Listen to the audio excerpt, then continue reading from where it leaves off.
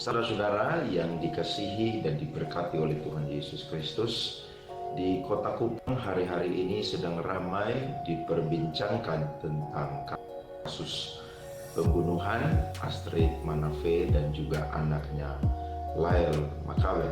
Kemarin telah dilangsungkan acara prarekonstruksi tentang bagaimana korban dihabisi oleh sang tersangka yang hari ini disebut sebagai mantan pacarnya waktu sedang sekolah bersama dengan dia di SMA, yakni Randi Bajide.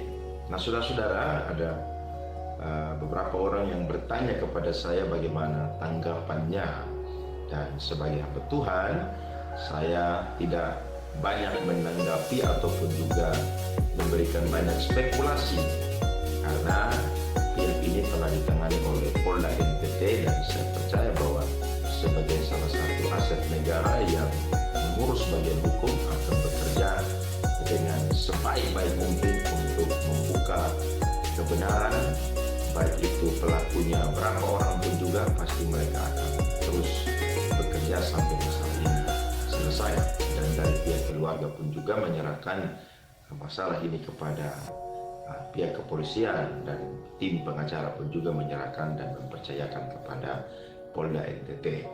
Tapi saudara-saudara, dari saya sebagai hamba Tuhan, saya melihat bahwa Alkitab sendiri mencatat tentang dua kasus pembunuhan besar.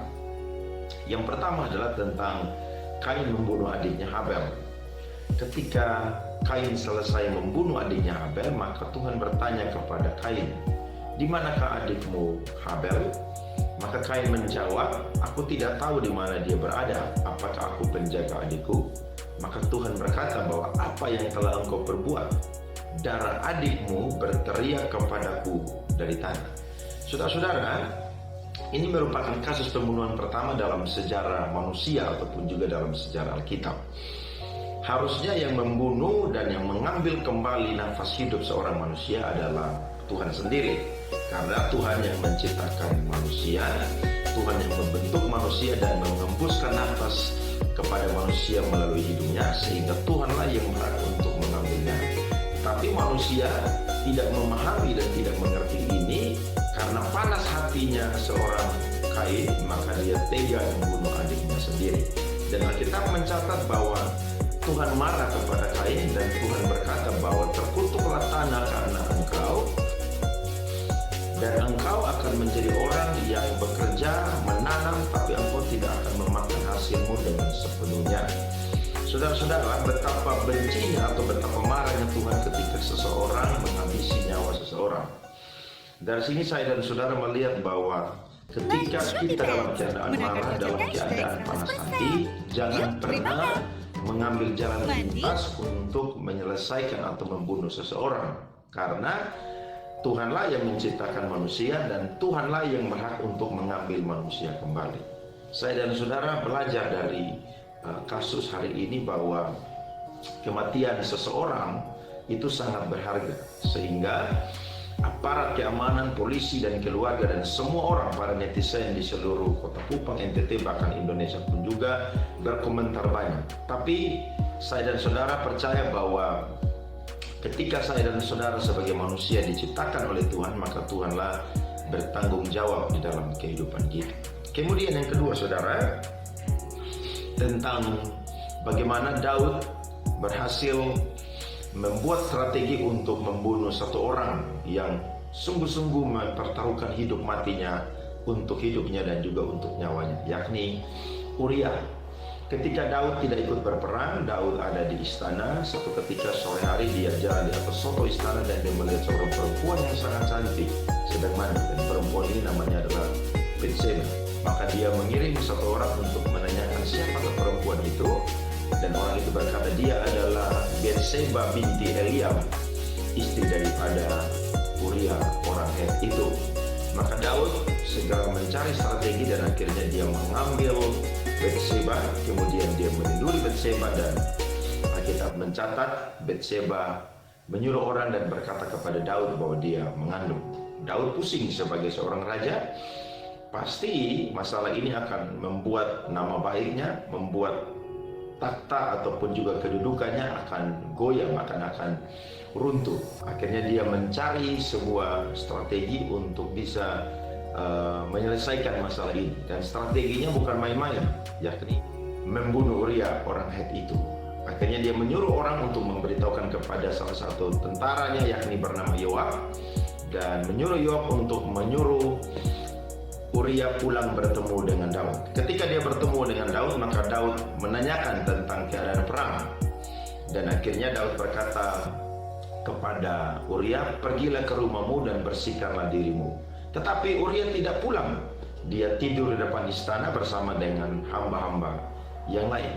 Kemudian Daud berkata, "Kenapa engkau tidak pulang ke rumahmu?" Maka Uria berkata bahwa tabut perjanjian dan orang Israel diam di dalam pondok, dan juga Yoab dan para pasukan diam di dalam kemah. Masakan aku pulang, makan, minum, bersenang-senang dengan istriku, tidur dengan istriku, sementara mereka sedang ada di medan pertempuran. Demi hidupmu dan demi nyawamu, aku tidak akan pernah melakukan itu. Daud tidak berhenti mencari cara untuk bisa menyelesaikan Uria ini. Maka saudara-saudara, dia berkata bahwa tunggulah besok, aku akan mengutus engkau kembali pergi. Maka Daud memanggil Uria, kemudian memberi dia makan, minum, dan membuat dia menjadi mabuk. Tetapi ketika dia mabuk, dia pun juga tidak pulang ke rumahnya, justru dia tidur di tempat di mana Daud berada. Nah, saudara-saudara, akhirnya Daud mengambil keputusan untuk menuliskan surat kepada Yoab dan lewat perantaraan daripada Uria. Surat itu berisi bahwa tempatkanlah Uria di barisan yang paling hebat dalam peperangan, dan kemudian mundurlah supaya dia mati di dalam medan peperangan. Dan siasat yang dilakukan oleh Daud sangat berhasil. Uria mati di medan peperangan. Tapi saudara-saudara, ketika Uria mati, masalah tidak selesai. Justru Tuhan mengutus satu hamba Tuhan, Nabi, yakni Nathan, untuk datang kepada Daud dan menyampaikan apa yang telah diperbuat oleh Daud. Dia melakukan dengan sembunyi, tapi di mata Tuhan tidak tersembunyi. Akhirnya Nabi Nathan datang dan berkata bahwa dalam satu kota ada dua orang, yang pertama miskin dan yang kedua kaya.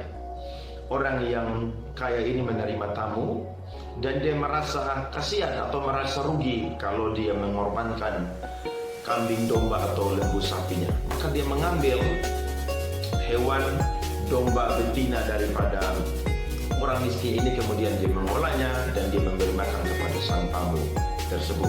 Ketika Daud mendengar itu, Daud marah sekali dan Daud berkata bahwa orang itu harus dihukum mati. Maka Nathan langsung tegas berkata bahwa orang itu adalah engkau. Maka Daud sadar bahwa ternyata Tuhan mengetahui apa yang telah diperbuat. Dan Tuhan berfirman bahwa pedang tidak akan pernah mundur dari keturunanmu selama-lamanya. Dan juga istri-istrimu akan ditiduri, bukan di tempat yang tersembunyi, tapi di tempat yang terbuka. Saudara-saudara, ternyata pembunuhan bukanlah satu-satunya cara atau hal yang paling akhir yang manusia lakukan untuk menyelesaikan masalah. Justru ketika saudara melakukan pembunuhan sama seperti Daud, saudara sedang melakukan hutang darah. Namanya hutang darah pasti akan ditebus atau dibayar juga dengan darah. Allah yang kita sembah, Tuhan Yesus Kristus adalah Allah yang Maha Kasih. Tapi ingatlah saudara, Dia juga adalah Allah yang Maha Adil, sehingga Dia akan memperhitungkan apa yang saya dan saudara tabur. Ketika engkau menabur kebaikan, maka engkau juga akan menuai kebaikan. Tapi ketika engkau menabur yang namanya ketidakadilan, maka engkau juga akan menuai yang namanya ketidakadilan. Kapan itu? Kita tidak tahu. Tapi selama kita hidup, kita akan menemukan satu hal yang namanya karma. Apa yang kita perbuat hari ini akan kita tuai nanti. Jadi saudara-saudara, untuk warga masyarakat Kota Kupang, NTT, dan Indonesia dimanapun berada, biarkan kita terus mendoakan perkara ini supaya boleh ditangani dengan baik oleh kepolisian, Polda NTT, keluarga pun juga bersabar, pengacara atau tim kuasa hukum pun juga bersabar, berdoa, dan saya percaya bahwa Tuhan adalah Allah yang mampu melakukan yang terbaik lewat polisi dan juga orang-orang di bagian hukum yang bekerja untuk kasus ini. Saudara-saudara, biarlah kita terus menjadi orang-orang yang berpikir panjang ketika kita mengalami persoalan, mungkin kita dirugikan atau apapun juga. Kematian atau mengambil nyawa seseorang bukanlah jalan yang terbaik atau jalan yang terakhir.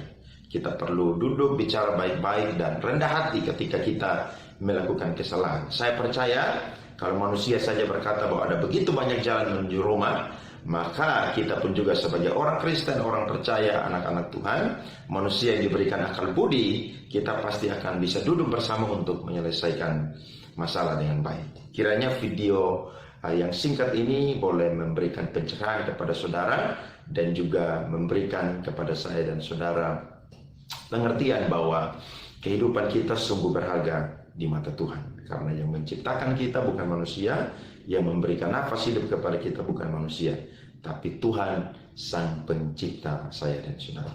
Tuhan memberkati.